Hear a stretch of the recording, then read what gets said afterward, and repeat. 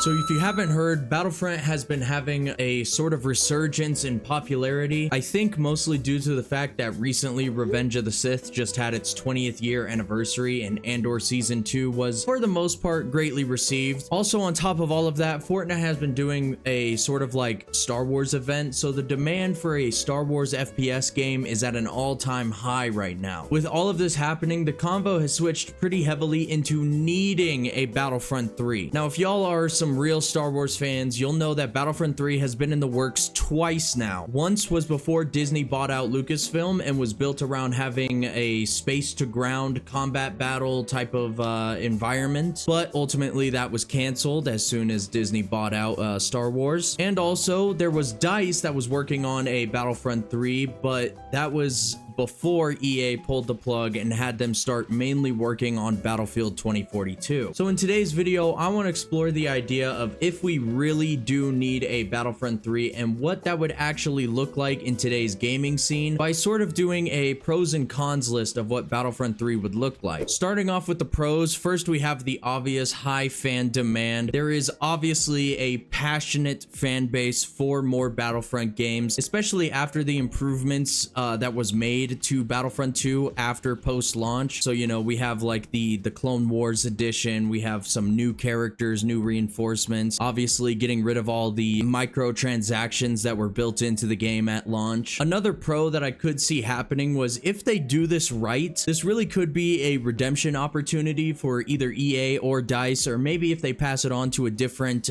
studio, it would be a redemption opportunity just for Battlefront as a whole, because right now it's been pretty rocky in terms of Battlefront. I mean, we've had the Battlefront Classic Collection that came out that was really not well received. I'm gonna keep it a buck, made a video on that. You guys can go check it out if you want. And then also, like I said before, all of Battlefront 2 when it first launched was very pay to win, and it was during the era of like supply drops and pushing microtransactions and all that sort of stuff. It really could be a redemption opportunity if we got a third installment that would include everything that we could possibly ask for. Speaking of things that we could possibly ever ask for, we have the unrealized potential coming in at number 3 of one of the pros, and that is all the untapped Star Wars content that they could add to a Battlefront game, such as the Mandalorian show. You got Ahsoka, you got Andor, you have the High Republic era, you know, that we've kind of tapped into a little bit with the Acolyte, and we just have so much unexplored stuff that we could add to a Battlefront game. Now, coming in at number 4, this doesn't really apply to me as I play on PC, but this is more so for the console players. With the PlayStation 5 and the Xbox Series X, studios can push the boundaries in terms of the visuals that the game will have, bigger battles or the scale, so we might actually be able to tap into that ground to space combat that the OG Battlefront 3 decided to try and develop. And there's just a lot more capacity for experiencing bigger and better things with Battlefront. Really. Moving on to number 5 of the pros, we have a multiplayer appeal. I mean, Battlefront is known for its large-scale cinematic multiplayer battles, and with better balancing and live support, I think it really could compete with some of these higher top-tier shooters. Maybe not exactly in a competitive scene, but just more so in a fun scene. I mean, we've seen the success of Marvel Rivals kind of pop into existence when a lot of people thought that wasn't really going to be a big thing. And if Fortnite has anything to say, I think the fan base for a casual like shooter without so much a need on like competitive balancing, the market is there for sure. And now obviously onto the last pro of the video, we have such a strong legacy when it comes to Star Wars and Star Wars Battlefront, and realistically, like, it could be successful if they really brought in that nostalgic weight behind bringing in past maps and remaking them, or past heroes, and you know, maybe we could bring in some older modes from the classic 2000s game to bring in that older fan base along with the new Star Wars fan base. I mean, you really can't go wrong there. But now here's where things take a turn, and I think think if we look at the cons, I think this is where things start to crumble a little bit, at least for right now. So first up on the cons of making Star Wars Battlefront 3, we have franchise fatigue. And that's pretty much just saying that there is already a lot of Star Wars content, and I think it could be a bad idea to make it quite right now. I mean, obviously we have like the Fortnite stuff going on, but I think it's mainly to do with the shows and stuff. And I think if Disney wants to take an approach like how they have with Marvel, where they kind of step back from like pushing out stuff and kind of keep things behind closed doors for a little while, it could make the interest for Star Wars go up a little bit. We've also seen the oversaturation of like multiplayer shooters that have come and gone, such as like Spectre Divide, that's been shut down recently. X Defiant at the time of making this video is about to be shut down very, very soon. And so Battlefront would have to really make a name for itself if it were to come out the gates swinging. It would have to do well. It can't do what Battlefront 2 did, where it had a really poor launch but then try and make up for it. It just really can't do that. Otherwise, people are not going to give it a second chance. And that kind of leans into the next con that I have, which is EA's past mistakes. Obviously, most of us know how Battlefront 2 launched with one of the most controversial monetization systems in gaming history. And even later, when they took all of that stuff out, a lot of people just didn't give the game a chance, which is honestly kind of sad, because I still really like the game to this day. I still play it from time to time. So even before like the whole resurgence, I would just hop on it just to see how the servers are doing, or you know, that sort of stuff. And so it's really sad to see that a lot of people until now didn't give the game a chance, because it's truly, I think, one of the better Battlefront games that you can have, subtracting like the OG games obviously, but I'm including the classic collection within that, because a lot of people got hyped for the classic collection and that utterly flopped on its face. So like I said, we really can't have a bad launch here. We need to make a stand, and we need to have the game come out swinging, and we need to have it good. Speaking of that, that leads into my third con, which is the live service risk. Obviously, we know how all games work nowadays. Everything has a battle pass, everything has updates, you know, yada yada yada, blah blah blah, which isn't necessarily a bad thing, but I think when it comes to Star Wars Battlefront 2, there needs to be enough content at the beginning of the game to keep people interested. And what I mean by that is you gotta have all three of the eras. I'm talking prequels, the original trilogy, and the sequels. You need to have all three. You basically need to have everything that you have in Battlefront 2 right now, plus a little bit more. Like, I'm talking characters that we would like to see. Like, obviously, you know, we have classic characters such as like Mace Windu, or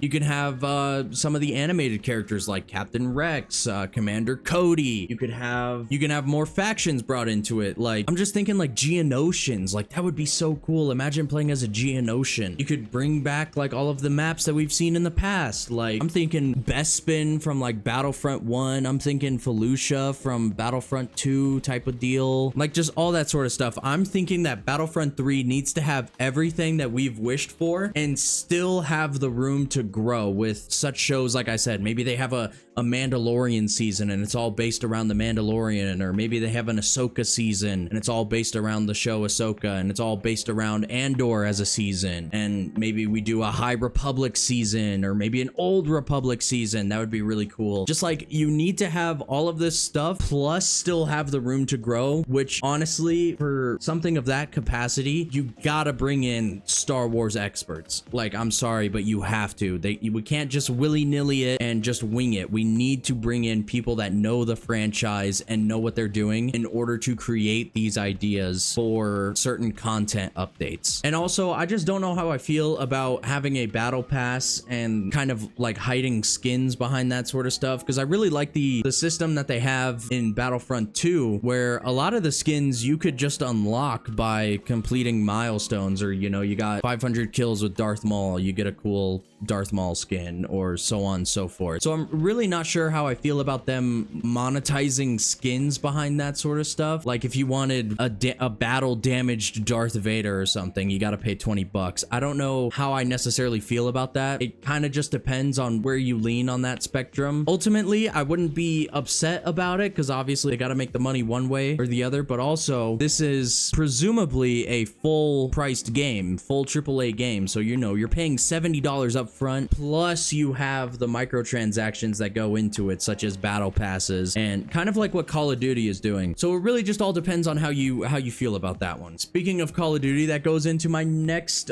con of the game, is that the multiplayer shooter space is a little crowded at the moment. Obviously, we have the big names like Call of Duty, Fortnite, but we also have some smaller names like Apex Legends, Valorant, CSGO. As I've said at the beginning of the video, Battlefront would need to come out the gates swinging, and it needs to hook people. Not only does it need to hook Star Wars fans, but it needs to hook people that are looking for a casual game that they can just load up, play, bada bing, bada boom, maybe play 1 or 2 games and then hop off for the night. It needs to have that casual appeal to it rather than the uber competitiveness and everything is balanced. Like it's not necessarily a Valorant type of game, so it needs to have some of that fun goofiness that, you know, Call of Duty has from time to time. Speaking of coming out the gates swinging, is another con is that high expectations. Fans will expect near perfection, especially given the troubled history that Battlefront has had, especially in recent years. There's just a lot of pressure on whatever studio decides to take on this big project, and I don't know if any studios are really up to it right now. I think it's going to be a while before we can even get anywhere near possibly floating around the idea of a Battlefront 3, let alone having everything that we are asking for and more. It's a really big game, and there is a lot of pressure, and if it fails, that could honestly be a harder backlash than if they never made it, because I mean, we saw what happened with the classic collection, right? People hated it, and honestly, people just went back to playing the OG games, especially on PC, because those servers are still alive and well on PC, but classic collection, they're dead. And for the final con, this one's kind of interesting, and I want to think about this one a little bit, which is that DICE has really struggled with recent titles. Obviously, we have Battlefield 2042 not coming out how they expected, and obviously they're working on the next Battlefield right now as we speak, and EA has seen a lot more success with single-player Star Wars games, such as the Jedi Fallen Order or Jedi Survivor series. So I wouldn't put it past EA in particular. Like I said, at this point, I think any developer could probably pick this up, but it's just a really daunting task. But EA in particular probably is just hedging their bets and developing single-player games that